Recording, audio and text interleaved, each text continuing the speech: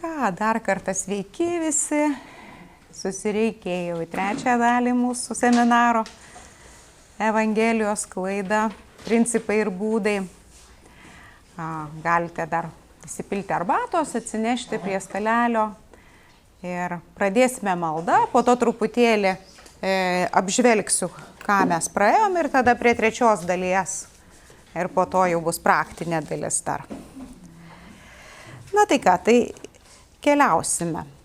Labai trumpai noriu priminti mūsų seminaro tikslus, jog iš ties tai yra pagrindinė mūsų misija – liudyti apie Dievo karalystę, apie Dievą, kviesti žmonės į asmeninį bendravimą su Dievu, liudyti apie Kristaus atliktą darbą kiekvieną iš mūsų.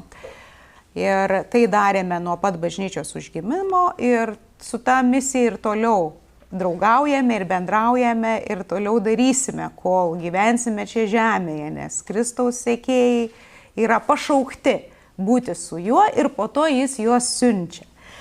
Tai va, tai prisimename kažkokios tai, ką naudojame praktiškai, galbūt kažką naujo sužinome ir nuolatos kažko išmokstame naujo.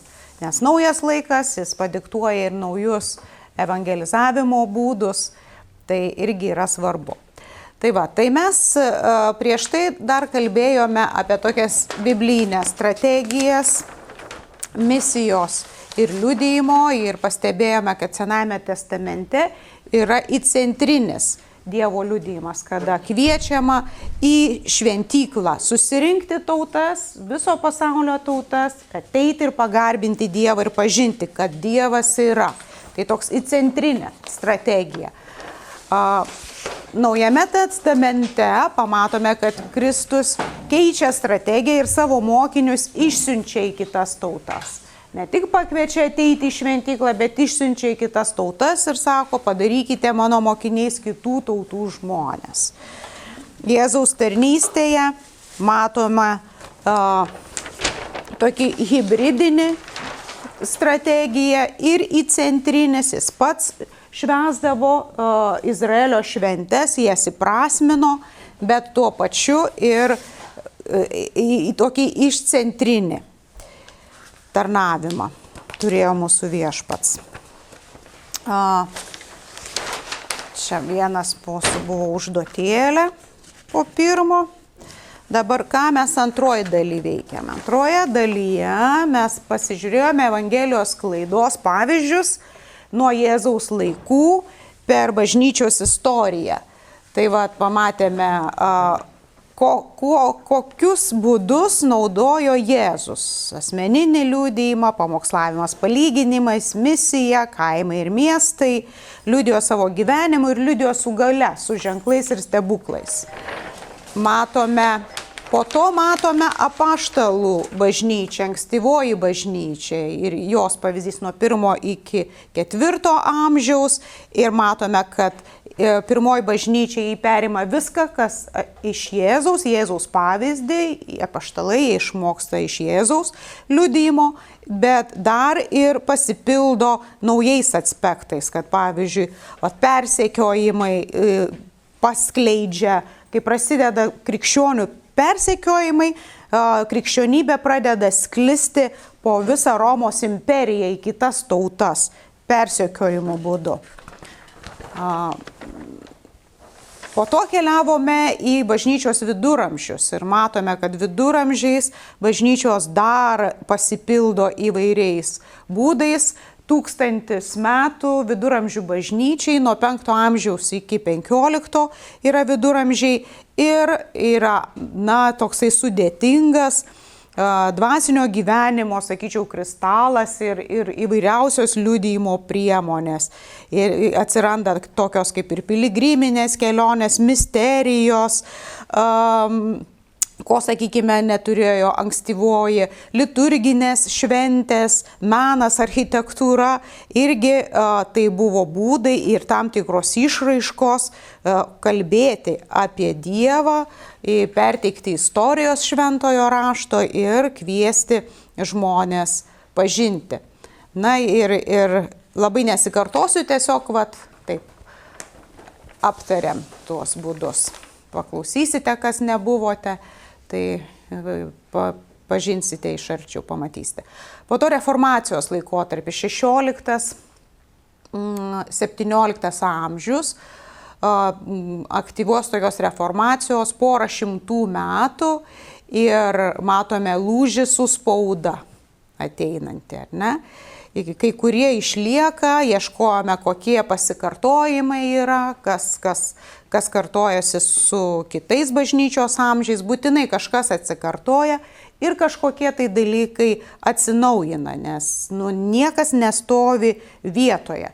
Žmonijos istorija nestovi vietoje, kultūros pokyčiai, politiniai, geopolitiniai pokyčiai vyksta ir bažnyčiai nuolatos tenka prisitaikyti, jai tenka reformuotis ir atrasti taip pat ir naujus būdus. Kalbėti apie Dievą, kalbėti apie antgamtinį, transcendentinį Dievą, kalbėti apie viešpaties Jėzaus Kristaus darbus. Na va, ir šiandieną mes kalbėsime naujieji laikai ir Evangelijos komunikacijos būdai. Tai naujieji laikai vėlgi pažymimi įvairiausiais įvykiais ir naujais iššūkiais. Naujieji laikai, galime sakyti, jie apibrėžiami 18-20 amžius. Mes gyvename 21 amžiuje, tai naujausiuose jau laikuose gyvename, o naujieji laikai 18-20 amžius. Ir aišku, kad čia vyksta daug labai svarbių pokyčių, naujų pokyčių žmonijos istorijoje ir bažnyčia jinai taip pat prisitaiko.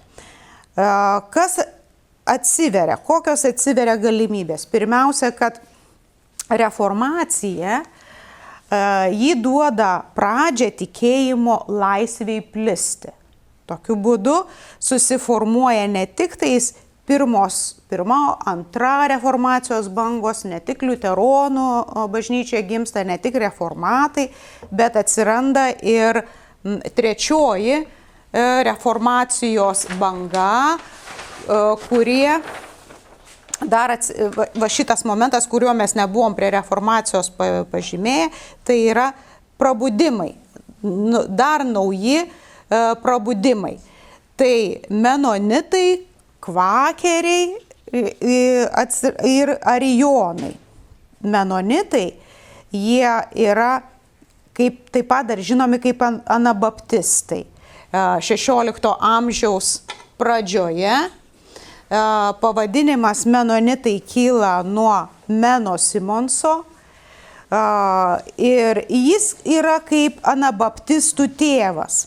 Meno Simonsas buvo katalikų kunigas, kuris buvo paveiktas reformacijos idėjų ir skaitydama šventąjį raštą, jis supranta, kad turėtų krikštytis suaugę žmonės, ar ne, ir atsiranda dar tokia atšaka.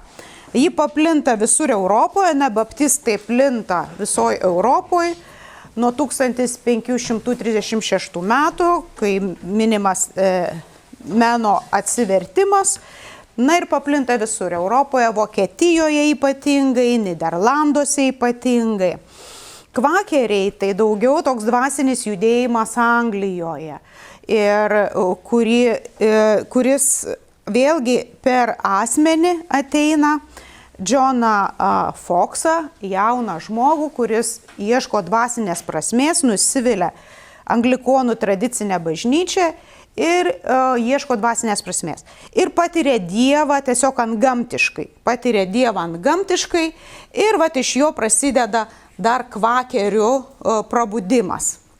Iš Anglijos jis keliauja į Jungtines valstijas, jau Jungtinėse valstijose 1681 metais JAV Masačusetso kolonijoje įsikūrė, po to Pensilvanijos kolonijos užsipildo kvakeriais. ir jie irgi turi labai didelės įtakos JAV visuomenės formavimui, tokiam vienybės pajautai, nepriklausomybės pajautai ir panašiai. Na, o Arijonų banga, trečioji reformacijos banga, jinai pasiekė LDK, Lietuvos didžiąją kunigaikštystę, arba dar kitaip jos vadino Lenkijos broliais. Arijonai, Lenkija, Lietuva, reiškia šita didžioji Lietuvos kunigaikštystė. Na va, tai jau, reiškia, tie prabudimai, ne tik mes matom, kad Evangelija sklinda per spaudą, per bendruomeninius pokyčius bendruomenėse, ne tik švietimas, universitetai atsiranda reformacijos laike, ne tik politiniu būdu, kieno žemė to ir religija, bet ir prabudimais, kurie visai nesisiejo su žeme ir politiniam priemonėm, bet skleidė būtent dvasinė tiesa, tikėjimo tiesa iš lūpų į lūpas ir buvo labai išties tokie paveikus, nes tikėjo šventosios dvasios veikimu. Tai va tie jau probudimai iš tikrųjų pradeda pulsuoti reformacijos laike. Ir 16 amžiuje vieni atsiranda, kiti atsiranda 17 amžiuje. Na ir tada jau keliaujame į 18 amžių, į naujuosius laikus. Ir naujuosius laikus apibrėžia labai tokie stiprus kritiniai, kriziniai įvykiai, kurie taip pat daro labai didelę įtaką bažnyčioj ir bažnyčių pasirenkamam evangelizmui. Iš tikrųjų, 18-20 amžius yra pažymėti dvasiniais prabudimais. Tai galima sakyti yra prabudimų amžių. Porą šimtų metų didžiulių prabudimų, kurie iš esmės paliečia labai stipriai pirmiausia Jungtines valstijas.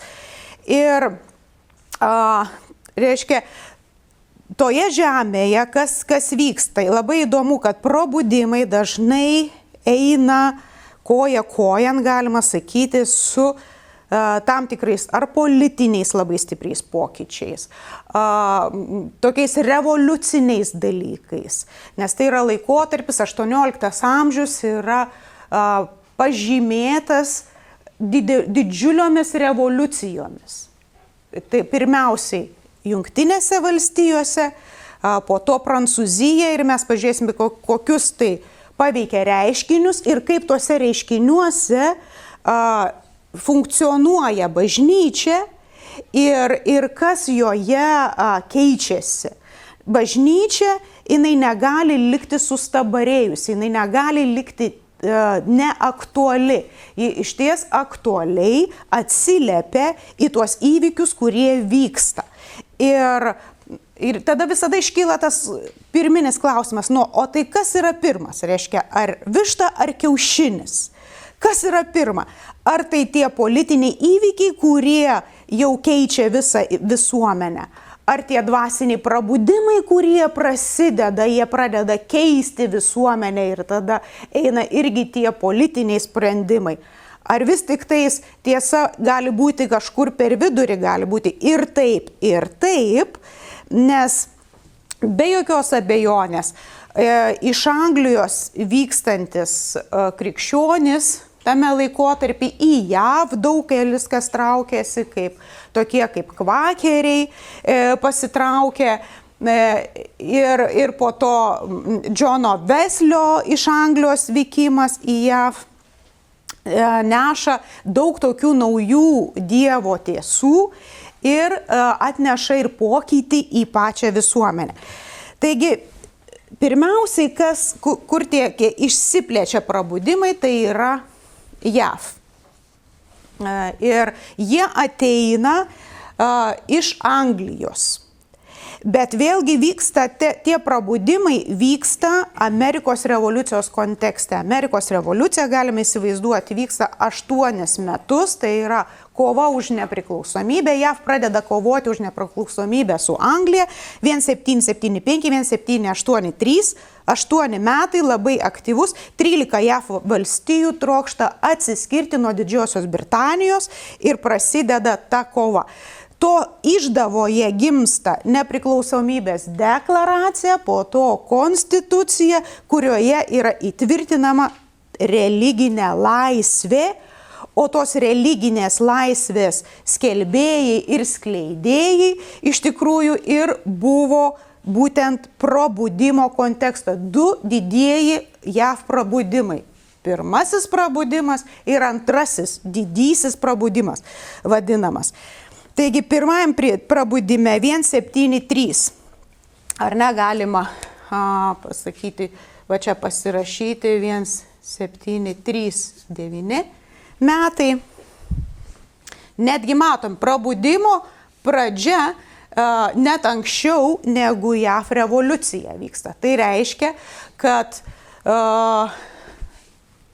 kai prasidėjo probudimas, jau buvo skelbiama atsivertimas, kas ką pabrėžė būtent tie probudimo tėvai. Džonas Veslis pirmasis atvyksta į JAV ir bando Džordžijos valstijoje pamokslauti Evangeliją. Iš Anglijos atvyksta. Su savo broliu jiems nelabai kaip einasi, bet jie nuolat atvyksta. Tačiau kas įvyksta? Džono Veslio pamokslai paliečia Džordžą Whitefieldą, Džordas Whitefieldas, Jonatanas Edwardsas, tai yra 2 dvasiniai pirmo probudimo tėvai, per kurių, reiškia, Evangelijos skelbimą, paliečiama, tiesiog minios atsiverčia. Ir kas dabar būdinga tam probudimui? Reiškia, pirmiausiai, pamokslaujamas, pradedamas pamokslauti, įkvepiantys, emocionalūs pamokslai tiek bažnyčių viduje, tiek išorėje. Kas pamokslaujama? Asmeninis atgimimas pabrėžiamas pamoksluose, asmeninis atgimimas ir asmeninis liudijimas. Reiškia, užsimezga labai stiprus tas dalykas. Asmeninis atgimimas neša asmeninį liudijimą su savim. Atgimsta žmogus, jis jau turi asmeninį liudijimą ir tuo asmeninį liudijimu liudija kitiems. Kas dar būdinga, kad prabudimai ir vienas ir kitas, jie turėjo prabudimų susirinkimus. Ir tie susirinkimai būdingi buvo ir JAV, ir Anglijoje. Didžiuliai tūkstantiniai prabudimų susirinkimai vykdavo tiek gatvėse, tiek gamtos sąlygomis, po atvirų dangumi, tiek bažnyčiose. Reiškia, toks užsipildymas. Rašto studijos, atgyja labai rašto studijos, ypatingai Džonas Veslis, metodistai. Mes dar šiek tiek prie jų prieisim, kai paliesime Anglijos tą kontekstą. Bet kas yra pabrėžtina, kad 18 amžiaus probudimai, jie atrodo tiesiog užkrečia vienas kitą, pakuria vienas kitą. Ir tų prabudimų pasekoje gimsta ištisos, evangelinės konfesijos. Prabudimai pagimdo daug naujų evangelinių konfesijų, tokias kaip metodistai, presbiterionai, vėliau išgelbėjimo armija, dar vėliau baptistai, sekmininkai ir jau einama, aišku, link 20 amžiaus, charizmininkai, atsiranda, reiškia, visos tos srovės. Bet šalia yra, aišku, dar ir labai stiprus socialiniai pokyčiai. Tai, ką prabudimai judina, jie judina visuomenę. Jie išjudina visuomenę. Ir dauguma teologų, pavyzdžiui, mano, kad vieni didžiausių, kokie vyko, ar tai JAV istorijoje visuomeninių judėjimų tame laikotarpyje, ar Anglijoje kokie atsiradę visuomeniniai judėjimai, jie dažniausiai buvo tiesiog įkvėpti probudimo žinios. Nes probudimo žinia, ta Evangelijos žinia pabrėžė tą asmeninę laisvę Dieve, asmeninę nepriklausomybę Dieve. Mes pradedame girdėti tas nepriklausomybės idėjas. Tie prabudimai abu, vienas ir antras prabudimas padarė labai didelę įtaką JAV nepriklausomybės susikūrimui, pačiai tą idėją apsiginti ir atsiskirti nuo JAV, nuo Anglijos ir aišku įtvirtinti religijos laisvę. Visiška religijos laisvė nuo valstybės. Valstybė neturi įtakos bažnyčioms, negali turėti įtakos bažnyčioms, primesti bažnyčioms savo norų, savo dogmų, savo doktrinų ir negali bažnyčiais, tai yra valstybė steigti bažnyčių, negali steigti bažnyčių.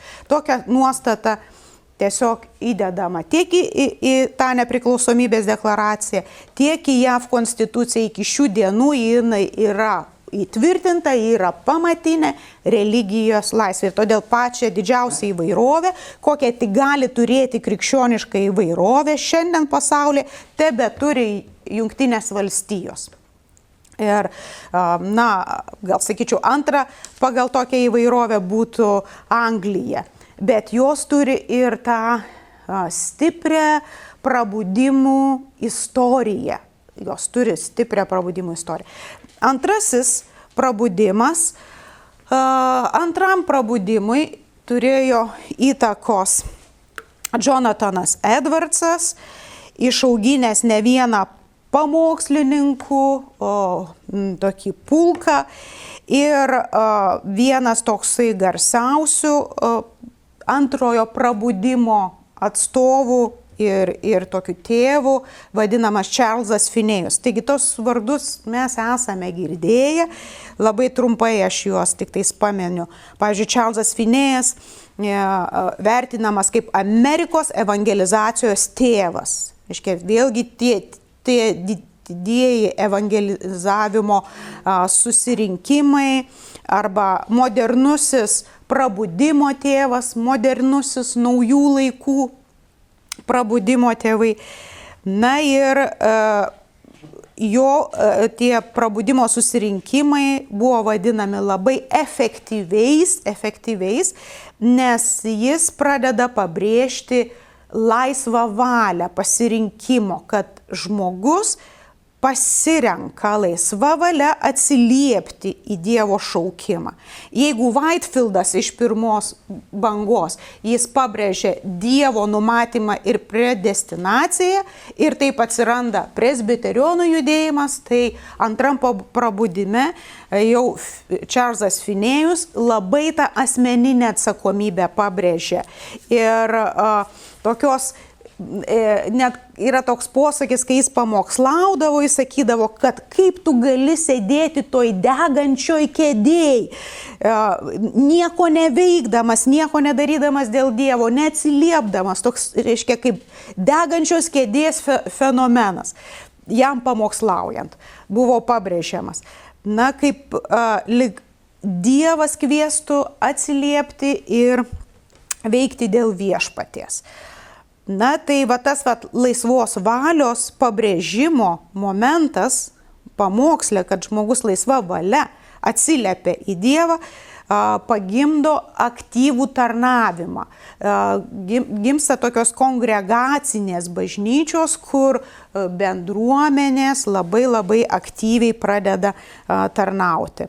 Įdomu tai, kad antrasis prabudimas, jis vyksta 1790, 1840, reiškia tuo laikotarpiu, 18-19 amžius, kai vyksta tokia urbanizacija, industrializacija ir pilietinis karas.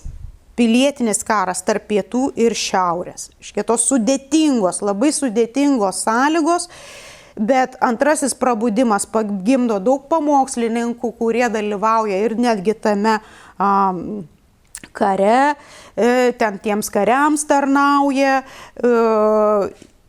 Tai toks yra stiprus labai poveikis visiems sluoksniams, tiek kare, tiek po to kiti tokie, kaip, sakykime, judėjimai prieš vergovę, abolicionizmo judėjimas, padaro labai stiprius socialinius pokyčius. Evangelijos sklaida daro labai didžiulius socialinius pokyčius.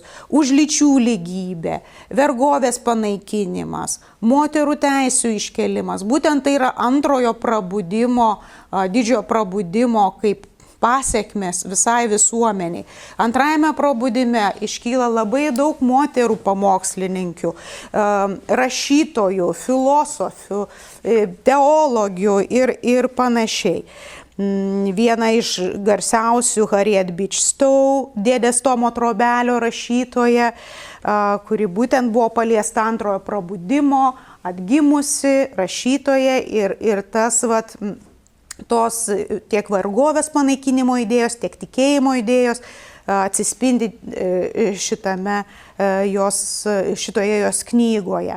Taip pat Elizabeth Cady Stanton, labai garsi filosofė, moterių teisių gynėja ir iš vis tokia kaip lyderė moterų judėjimo Jungtinėse valstijose, būtent jau gimsta antrajame prabudime. Šitas prabudimas neša labai daug tų ryškių asmenybių ir kurios veikia labai stipriai socialiai.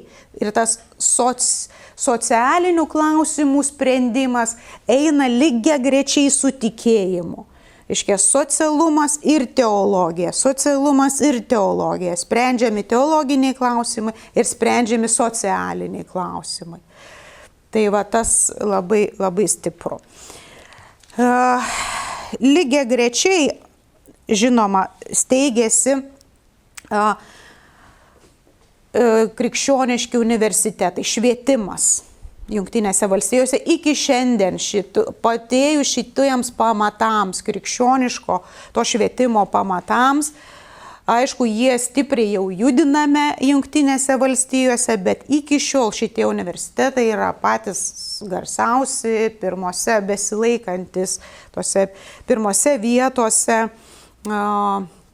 kaip Harvardas, Jelio universitetas buvo įsteigti būtent šitų prabudimų pasekoje.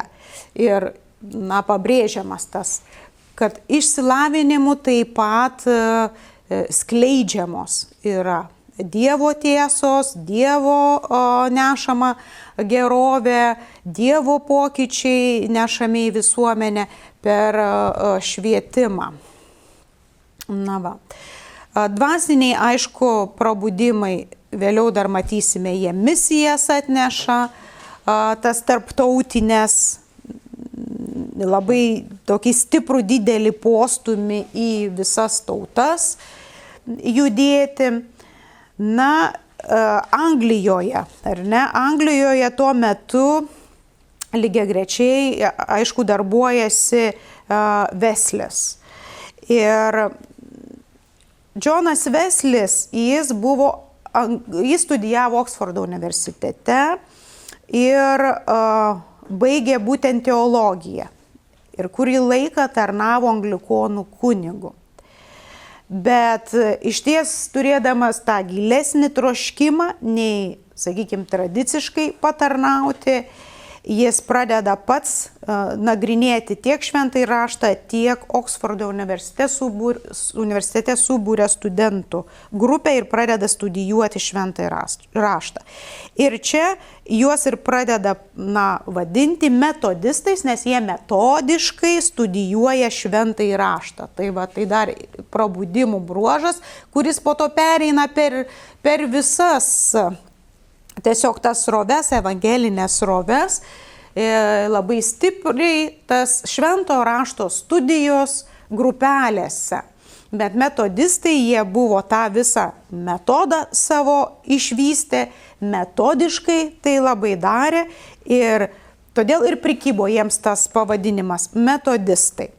Tai 1729 metai buvo įkurta šita Oksfordo universitete, Anglijoje, tokia grupelė. Bet Tai iš karto neišvystė to tokio didelio probudimo, kas vėliau išsivystė. Iš tikrųjų, kaip pirmasis Anglijoje probudimo susirinkimas fiksuojamas lygiai po 10 metų. Po to, kaip atsirado šita studijų grupelė, lygiai po 10 metų, 1739 metais, kada Whitefieldas pradeda čia probudimą didįjį Jungtinėse valstijose. Taip, Weslio pasakomas didžiuliai auditorijai pamokslas probudimo susirinkimo metu lauke Bristolyje dalyvaujant 3000 žmonių. Tai buvo pirmoji viešoji evangelizacija Anglijoje. Tai yra pabrėžtina, nes anksčiau vis tiek daug kas patalpose vykdavo. Čia, reiškia, buvo surinkti darbininkai ir supraskime, kad tiems probudimams tokiems turėjo įtakos būtent ta urbanizacija ir pramonės revoliucija. Žmonės palikdavo kaimus sudėtingiau būtų evangelizuoti. Miestuose pradeda kauptis žmonių susibūrimai, iš kaimo atvyksta žmonės į didžiuosius miestus, kūrėsi gamyklos, fabrikai, darbininkų klasė, didžiulė darbininkų klasė. Ir tie darbininkai, jie patiria daug visokios neteisybės. Tas visa pramonės revoliucija yra gana sudėtinga žmogui, tam darbininkui sudėtinga. Ir darbininkų klasė jį atsiveria probudimui. Va čia ir buvo 3000 darbininkų, kurie išgirsta Evangelijos pamokslavimą, atsiverčia, ir prasideda tas judėjimas, jų apmokymas, judėjimas, pamokslininkų parašymas, pamokslininkai keliauja per miestelius, ten vėlgi formuojasi tos grupelės tikinčiųjų. Taigi, pamokslaujama žinia ir būtent žinia apie asmeninį atsivertimą, pagrindinė žinia yra asmeninis atgimimas, asmeninė bendrystė su Dievu, iš tikrųjų neša didžiulį vaisių. Ir šiandien tiek istorikai, tiek filosofai Anglijos, jie pripažįsta vieną labai svarbų dalyką, kad būtent Džono Weslio prabudimas, jo pamokslaujama žinia apie socialinį teisingumą, apie šventėjimą, labai stipri yra moralės teologija pas metodistus. Jinai paveikė tiek visuomenę stipriai, jog Anglija išvengė revoliucijos. JAV neišvengė, per revoliuciją atsikovojo nepriklausomybę, tapo nepriklausomos Jungtinės valstijos, o Prancūzija iš viso atsisakė, pasirinko sekuliarų kelią, o Anglijoje išliko tiek anglikonų bažnyčia, tiek kitos probudimo šakos, bet nepatyrė, nekilo revoliucija šalyje, nes žmonės buvo ugdomi gyventi tą tobulėjimo keliu eiti, paliečiami probudimo, gyventi moralų gyvenimą, susitelkti į asmeninį išgelbėjimą, susitelkti į šventojo rašto studiją ir tarnauti savo artimui. Tarnauti savo artimui gerais darbais. Miestuose vargšų grupės didelės ir metodistai jie tiesiog tarnauja vargšams. Ko pasekoje atsiranda dar vienas judėjimas, Viljamo Būto judėjimas, vadinamas išgelbėjimo armija Londone, 1865, be jokios abejonės jiems darė įtakos Weslio metodistų judėjimas buvęs prieš tai. jie pasirenka irgi skelbti Evangeliją vargšams, skelbti Evangeliją dirbantiems žmonėms, kenčiantiems nuo pažeidžiamų visokių teisių. Ir, nors naujovės ateina, bet labai sunkus darbas yra. Sunkus fizinis darbas, sunkus. Ir žmonės sunkiai serga, medicina dar nėra tokio lygio, ką mes šiandien galbūt susidurėme su medicina. Daug skurdo, daug ligų, badas plinta miestuose, jisai labai jaučiasi, kur didelis koncentratas žmonių. Ir išgelbėjimo armija imasi skelbti Evangeliją vargšams. Jų toks susikoncentravimas yra į vargšus, ir pasirenka būti labai disciplinuotų judėjimų, jie turi savo aprangą iki šių dienų, jie turi laipsnius, pas juos yra ir armijoje tie ir generolai, ir kiti tie tarsi kariniai laipsniai, bet jie patys yra pacifistai, tačiau tai parodo, kad yra ta hierarchija, yra tas paklusnumas, yra ta disciplina, kariuomenės disciplina, vardan to, kad galėtų kokybiškiau tarnauti kitiems, norėdami pasitarnauti kitiems. Tai va šitie du judėjimai Anglijoje, Veslio metodizmas ir išgelbėjimo armijos veikimas labai veikė dvasinį ir apskritai visuomeninį Anglijos klimatą.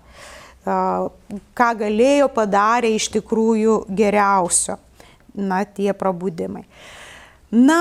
Toliau judėdami jau link 20 amžiaus. Ką mes 20 amžiuje, palikdami jau 18-19 amžių, ką mes pamatome 20 amžiuje. 20 amžius irgi nepasirodė labai jau toks dailus ir geras. 20 amžiaus pradžioj yra du karai pasauliniai, ko dar pasauly taip nebuvo, regioniniai, o čia 20 amžiaus pradžioj du pasauliniai karai, didžioji ekonominė depresija tarp karų, iš tikrųjų antram pasauliniam kare jinai tik ir prasisprendžia ta depresija. Ir įdomu, kad tame karų kontekste, tarp tų dviejų karų kontekste, užgimsta dar naujas judėjimas sekmininkai, ar ne, sekminės patiriamas. Ir aš galvoju, kad kuo, sudėtingesnės yra sąlygos, tuo žmonės ieško tos pagalbos Dieve ir to prabudimo. Tu supranti, kad tu negali situacijos pakeisti tiek su ta depresija, kai visi ten praskilo, Jungtinėse valstijose, kas gali padėti, kaip tuos dalykus spręsti. Viskas gyvuoja, vėl gyvuoja tie prabudimų susirinkimai yra, bet pradedama ieškoti šventosios dvasios krikšto. Ar ne? Su sekmininkais ateina dvasia.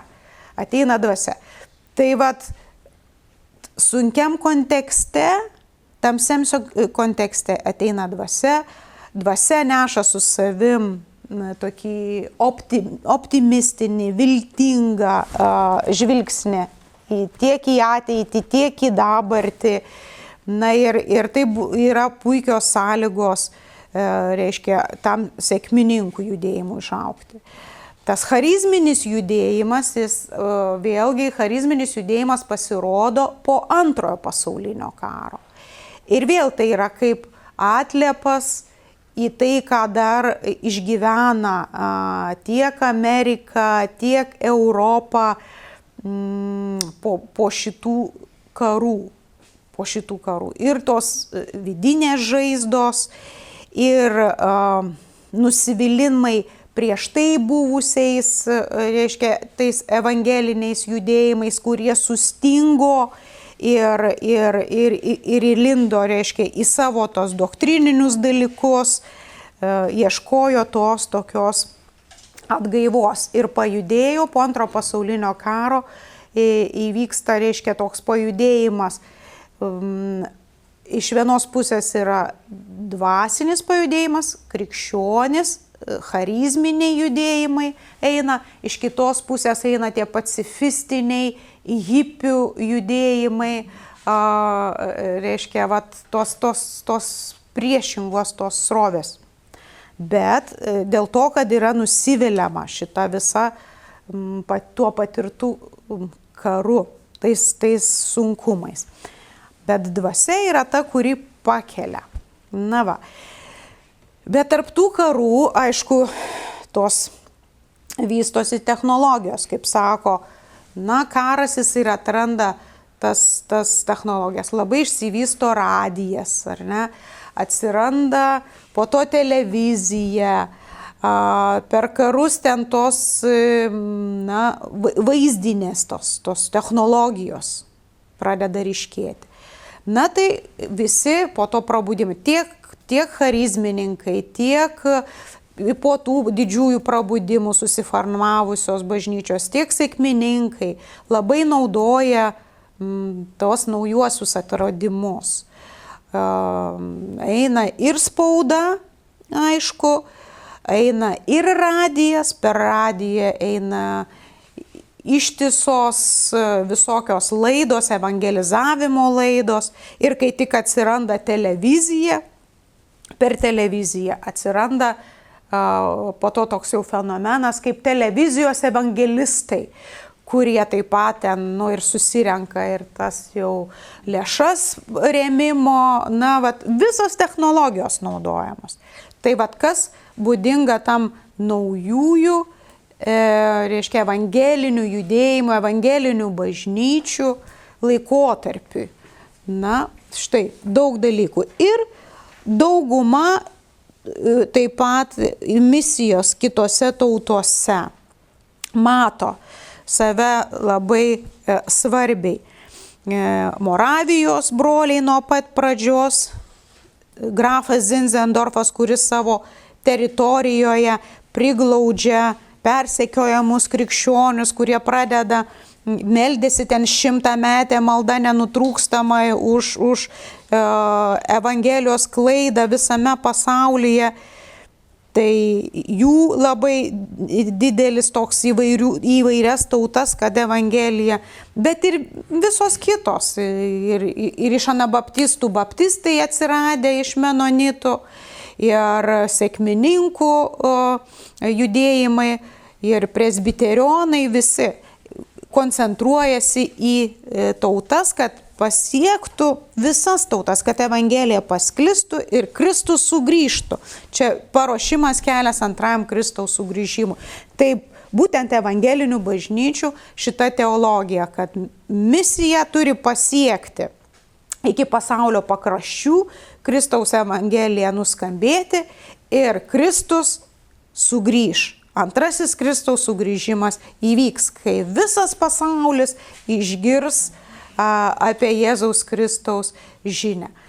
Taigi matome, kad čia šitie 200 metų tiesiog dvasinis išliejimas, dvasinis sprogimas vyksta tautose, ypatingai anglosaksiškose. Su Prancūzijos revoliucija įvyksta šiek tiek kitas tas judesys, nors metai tie patys, 18 amžius, prancūzų revoliucija, bet prancūzai jie nueina kitų kelių, jie atmeta visiškai religingumą, jie atmeta bažnyčią ir pasirenka sekuliarumas. Sekularizmas pasidaro labai didelių išbandymų krikščionims, Europos krikščionims, sekularizmas plečiasi ir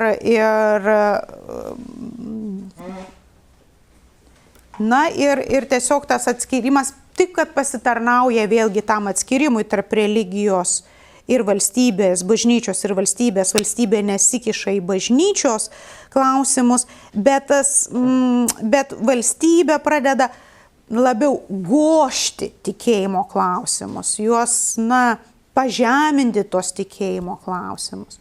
Ir sekuliarumas, jis iš tikrųjų neša postmodernistinę kultūrą, patį įvairiausią pluralizmą, nuomonių pluralizmą. Tai va čia jau eina ta prancūziškoji atšaka, ne angliškoji ir JAF atšaka, bet ta prancūziškoji atšaka. Na ir tada tame kontekste žmonės vis tiek negali dvasiškai tušti likti.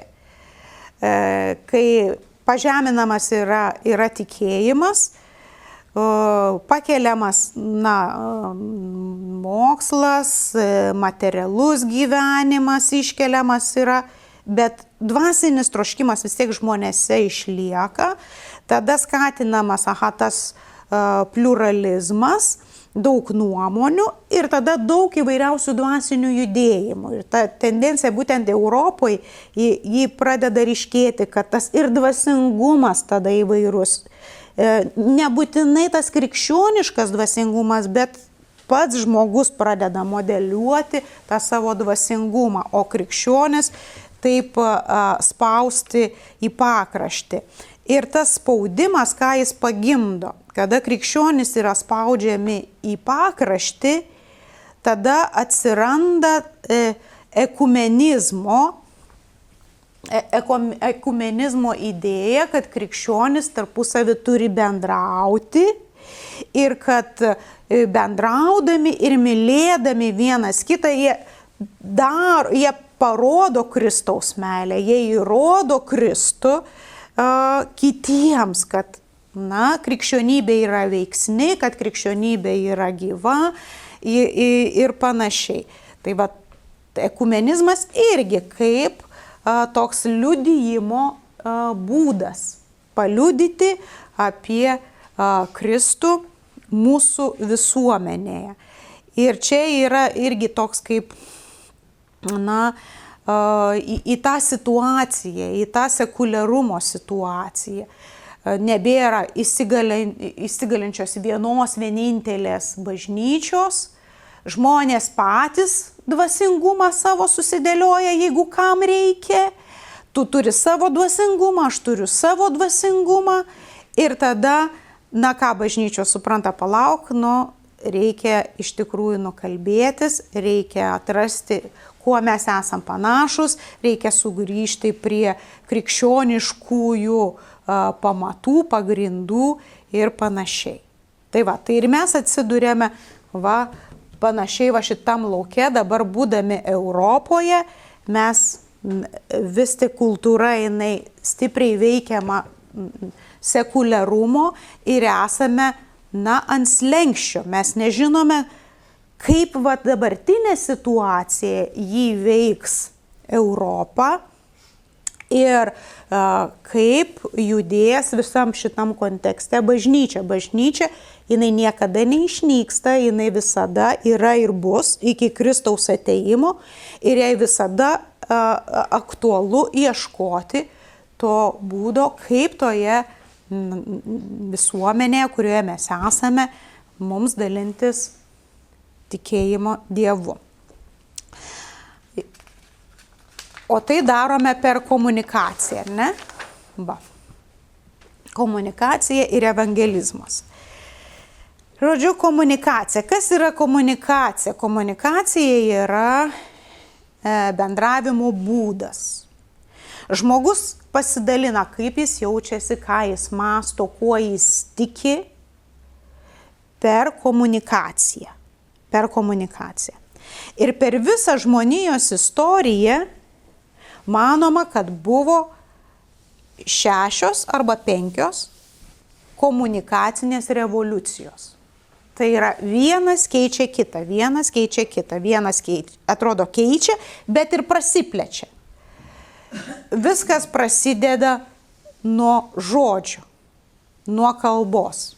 Pirmoji banga, kai žmonės pradeda bendrauti vieni su kitais kalba.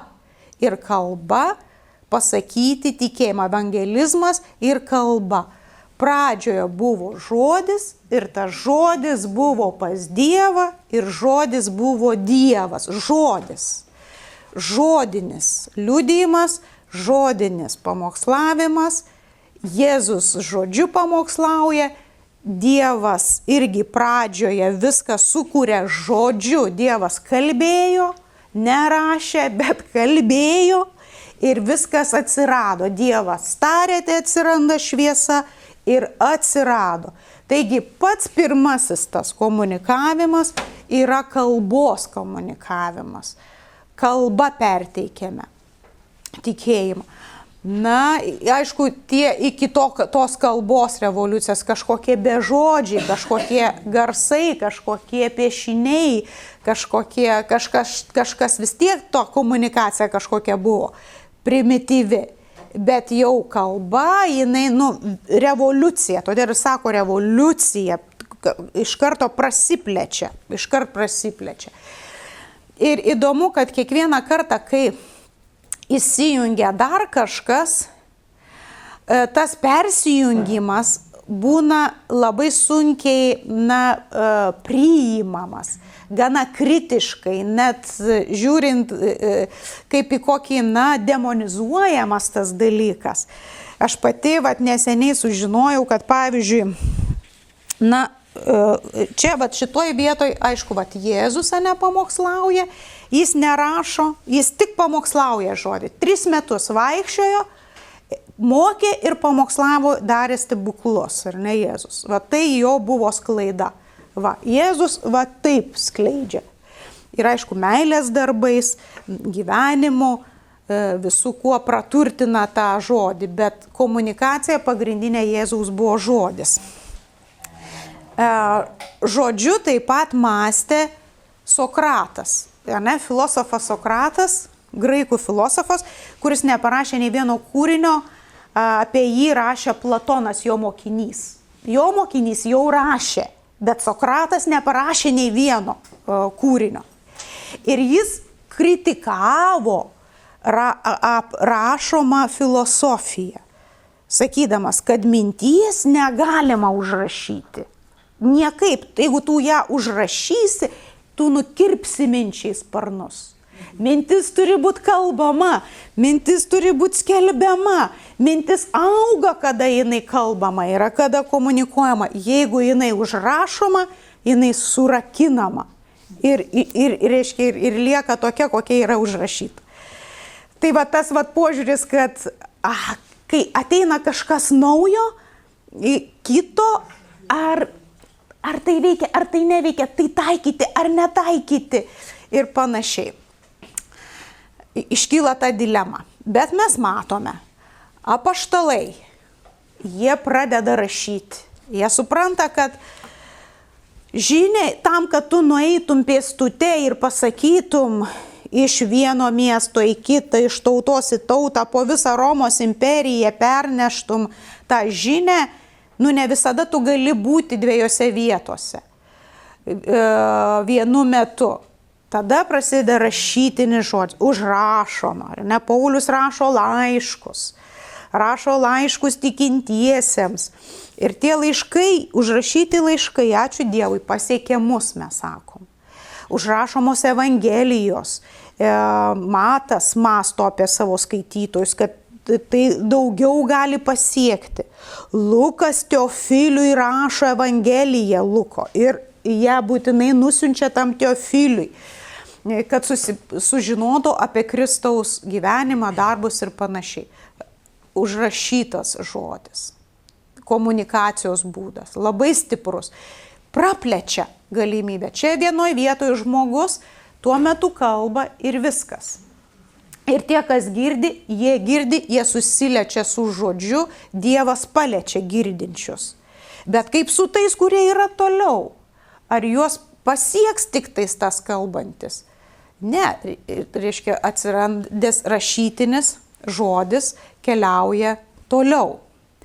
Na ir tada su tuo rašytiniu žodžiu jau gyvena apaštalai, pamokslaujamas ir rašytinis, bažnyčios tėvai rašo pergamentus,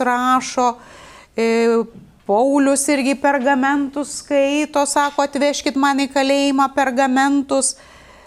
Raštas užrašytas yra svarbus. Vienuoliai perrašinėja, reiškia viskas viduramžiai, 1000 metų eina va su tuo, va, tuos dvi komunikacinės sritis, 1000 metų. Ir reformacijos laikė Gutenbergas atranda spausdinimo mašiną ir tada dar daugiau galima išplėsti, išspausdinti tų traktatų, teologinių traktatų. Parašo Liuteris kokiam kunigaikščiui, miesto kunigaikščiui, kažką parašo apie krikščionišką švietimą ir spaustuvę išspausdina. Ir gauna visa, reiškia, ta imperija po imperiją pasklinda tie išspausdinti raštai. Na, aišku, kad greitis sklidimo žymiai greičiau negu perrašinėtojas užrašo, ar ne? Tai va, tai tada čia jau didžiulė revoliucija. Na ir po reformacijos porą šimtų metų viskas spausdinimu iki 20 amžiaus. 20 amžiuje pasirodo galima ne tik tais mintį užrašyti, bet ją dar ir bangomis per radiją vienu metu, kad tą kalbantį girdėtų per radiją. Galima skleisti. Ir krikščionis radiją labai puikiai naudoja. Liujisas, pavyzdžiui, Antro pasaulinio karo metu labai turėjo tų radijo laidų, o jau po karo tai ten iš viso tos laidos eina. Labai Amerikoje tas populiaru buvo per krikščionį. Na, bet radija tai tu neturi vaizdo, žmogus nenurimsta. Jam reikia toliau atrasti ir atrandamas, na, kaip reikia sujungti tas fotografijas, vaizdą ir garsą.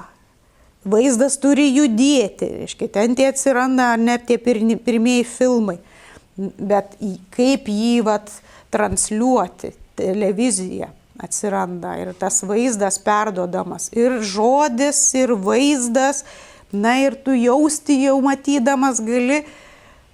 Ir mes matome, aišku, kad labai tie televizijos evangelistai, Billy Grahamas, kuris, aišku, naudojo ir tas palapinių tą jaunystėje savo evangelizavimą, bet jis pereina per tuos laikotarpius ir radiją, ir televiziją, ir satelitu evangelija sklinda į visas tautas. Labiausiai, na, istorijoje žinomas evangelistas Billy Grahamas, kuris pasiekė per vaizdą, pasiekė tautas.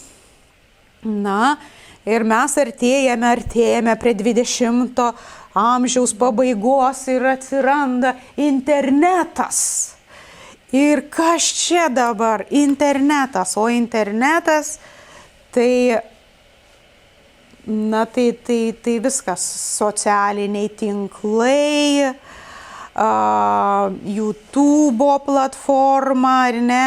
Daugybė, dar daugiau atsiranda galimybių komunikuoti Evangeliją, komunikuoti šitą žodį. Na patys įvairiausi, ar ne, nuo 2000 metų, kas svetainė, socialiniai tinklai, YouTube, visokie, reiškia, podcastai, diskusijos. Nu, ką tu nori, gali paskaitas įrašinėti ir tai internetiniu būdu plis. Gali straipsnius rašyti, gali vaizdą siųsti, gali ar ne, pamaldas gyvai transliuoti, ką mes tą ir turime. Per tą internetą darai pačius įvairiausius dalykus. Na, tai ir mes kokie laimingi žmonės esam, visas tas bangas esame, ne, patyrę. Ir kai po sovietmetis griuvo, tai pirmiausiai kalba, iš lūpų į lūpos, Evangelijos skelbimas, ar ne. Po to atsiranda pirmieji lietuvių kalba spausdinti tiek Biblijos tekstai, tiek straipsniai, tiek laikraščiai ir prie spaudos, ar ne. Na ir radijas, turime ir krikščioniškos radiją jau Lietuvoj. Na ir televizinės laidos, ir internetas pasiekiamos. Na ir dabar jau pasibeldė visų griauksmų dirbtinis intelektas. 7. komunikacijos revoliucija. Sveiki atvykę! Mes atvykome, niekur negali pabėgti nuo to. Sakai, aš nenoriu, aš noriu kažkur sustoti čia. Ir man nereikia, man nieko nereikia. Ir nieko negali padaryti. Jis ateina ir jis yra. Ir jo tikrai bus daug. Ir jo bus visur. Mokslininkai jį naudos, medikai jį naudos ir naudoja,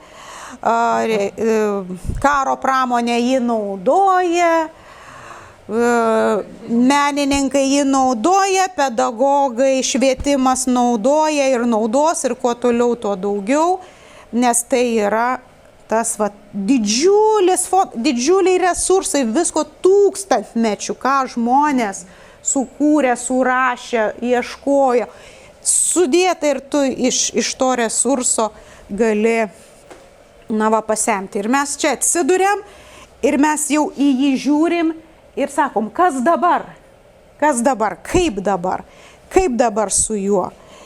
Ir aišku, kad į jį vieni žiūri optimistiškai, kaip visada. Ir tie, kurie yra novatoriai, kurie mėgsta pokyčius, kurie sako, kaip gerai, yra pažanga, vis atsiranda dalykai. Ir matome, atsiradę dalykai, neišstumia. Kažkaip pasistumdo, bet neišstumia prieš tai buvusių. Jie visi sugyvena drauge. Ir dabar tas atėjo, vieni sako labai gerai, labai visur panaudosim, kažkas pasikeis, vieni darbai bus atmesti, atsiras nauji darbai, naujos, sakykime, darbo vietos, nauji komunikacijos dalykai, o kiti sako, ne, čia labai blogai. Vieni optimistai, kiti pesimistai. Sokratas šiek tiek pesimistas, buvo užrašytas žodis, sakė, neįmanoma užrašyti minties filosofinės. Na ir kai kurie sako, ne, tai šitas tai bus labai blogai, kai jisai taip visur įsigalės ir per jį po to ir ta blogoji žmogaus prigimtis įsigalės.